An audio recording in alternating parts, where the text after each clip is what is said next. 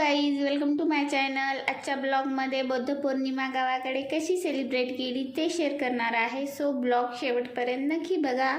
सकाळी उठून चहा घेतल्यानंतर कपडे प्रेस करून घेतले, ब्रेकफास्टसाठी पोहे बनवले आणि नाश्ता केला। मग सगळी कामे पटकन आवरून घेतली आणि ही सनस्क्रीन मी ऑर्डर केली होती, ती आजच आली।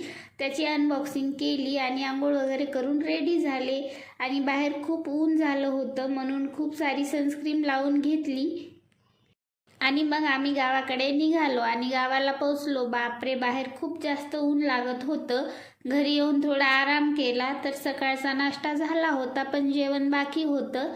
तर मी भेंडी बनवली आणि सगळ्यांसोबत बसून जेवण केलं। त्यानंतर रात्रीच्या कार्यक्रमासाठी तयारी सुरू केली, कारण बौद्ध पौर्णिमेसाठी सगळं अरेंजमेंट करायचं होतं आणि सगळं सामान अगोदरच आणून ठेवलं होतं। मग इथे आम्ही कोथिंबीर साफ करायला घेतली आणि आता घरी कार्यक्रम करत आहोत म्हटल्यावर सगळ्यांच्या हातात काही ना काही कामे येतात। तर नीतू पण इथे आलू कट करून देत आहेत। तर खिचडी आणि खीर बनवायची तयारी चालू होती। त्यानंतर आम्ही सगळी तयारी इथे केली। इकडे माणसं पण लागले होते कामाला फोडण्या देण्यासाठी आणि हे खिचडीला फोडणी देत आहेत इथे। नंतर खिरीची पण तयारी ऑलमोस्ट झालेली आहे। साबुदाणा वगैरे अगोदरच भिजू घातला होता। तर आम्ही आमच्या तयारीला लागलो आणि संध्याकाळी तयार होऊन रॅलीमध्ये गेलो। तर सगळ्या बायकांनी रॅली काढली होती आणि सगळ्या बायका हातात मेणबत्त्या घेऊन शांतपणे चालत होत्या। खूप सुंदर आणि शांत वातावरण होतं। तर रात्रीचं हे दृश्य खरंच नेक्स्ट लेवल होतं।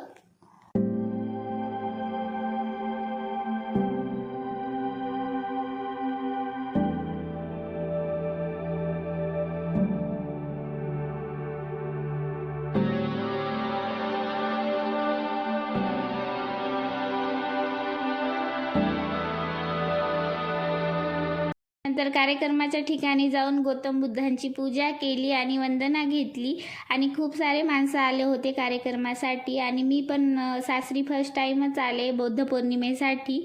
पण खूप छान झाली बौद्ध पौर्णिमा। नंतर सगळे मिळून पंक्तीत बसून जेवण केले आणि दिवस खूप छान गेला। दुसऱ्या दिवशीची सकाळ झाली आणि आम्ही सगळे रात्री गच्चीवर झोपलो होतो। तर गच्चीवर खूप चांगली झोप लागली रात्री। आणि हे बघा, सकाळी सकाळी इकडे माकडे आली होती। चला तर गावाकडचं सकाळचं वातावरण खूप चांगलं असते। आणि खाली येऊन चहा घेतला, नंतर घरातील काही कामे केली आणि बिट्टूसोबत लुडो खेळत बसले। त्यानंतर दुपारी पोहे खाल्ले आणि इथे सगळे बच्चा पार्टी पोहे खात होते। मग झाली परत घरी यायची वेळ। तर सासूबाईचा आशीर्वाद घेतला आणि मग शेताकडे गेलो। तर इथे येऊन खूप शांत आणि मस्त हिरवगार वाटत होतं। मोसंबीचा मळा पण होता इथे। तर थोडा भाजीपाला घेतला, खूप सारा कढीपत्ता घेतला आणि खूप वेळ तिथे बसलो आम्ही।